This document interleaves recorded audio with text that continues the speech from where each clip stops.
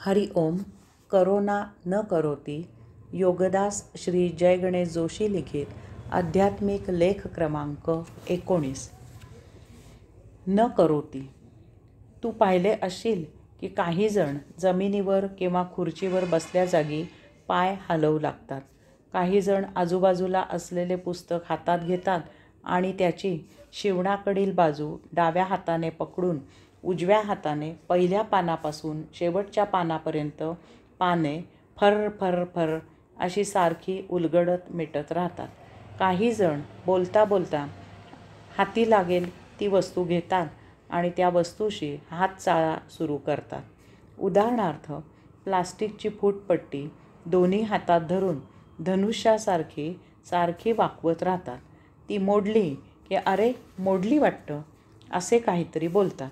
काही जण खुर्चीवर किंवा सोफ्यावर बसले की जमिनीवर पायाचा चवडा उभा आडवा घासू लागतात. अशा वेळी तेथे पायाखाली सतरंजी किंवा गालिचा असला तर त्याला सुरकुत्या पडतात, तो चुरगाळतो. काही जण बोलताना विलक्षण हातवारे करतात. काही जण स्वस्थ बसू शकत नाहीत, बसल्या जागी सतत चुळबुळ करत असतात.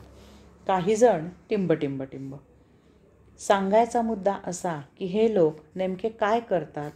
शांतपणे बसू शकत नाहीत, कारण त्यांचा उदानवायू उचापतीखोर असतो. त्याला ताळ्यावर ठेवण्यासाठी न करोती हा उपाय आहे. अशांनी दररोज एका जागी शांत, स्तब्ध, स्थिर, मौन बसायची सवय ठेवावी. न करोती लेख क्रमांक 20. माणूस घर घेतो, लग्न करतो, संसार थाटतो. त्यात निश्चितच त्याचा जीवनाचा आनंद घेण्याचा एकमेव उद्देश असतो. परंतु आश्चर्य असे की तो बरोबर या विरुद्ध वर्तन करतो. कर्मयोग करून झाल्यावर स्वतःच्या घरात, स्वतःच्या कुटुंबियांसमवेत तो फार अल्प वेळ राहतो. त्याला साजेसे त्याचे कुटुंबीयही त्याच्याजवळ अल्प वेळ राहतात. कर्मयोग करून घरी आल्यावर पेटपूजा झाली की सर्वजण दूरदर्शनसमोर किंवा चॅनेलसमोर, काहीही म्हणा, मुक्काम करतात. हे झोप येईपर्यंत सुरू असते, किंवा कोणीतरी त्यांच्याकडे येते, किंवा हे कोणाकडे तरी जातात. किंवा असेही आहे की स्वतःचा काहीही संबंध नसलेल्या विषयावर गप्पा, चर्चा, उणीधुणी, मतमतांतरे इत्यादी असा कार्यक्रम रंगविला जातो.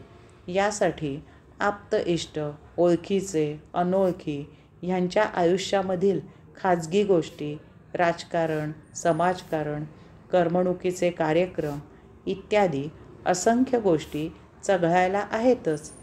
हे मानवी देही अपेक्षित नाही. हे लोक घराचा, कुटुंबियांचा सहवास कधी घेतात? घर, कुटुंबीय कशासाठी आहेत? एकत्र राहण्यासाठी, त्यांच्या समवेत राहिले पाहिजे. यासाठी मंत्र आहे न करोती.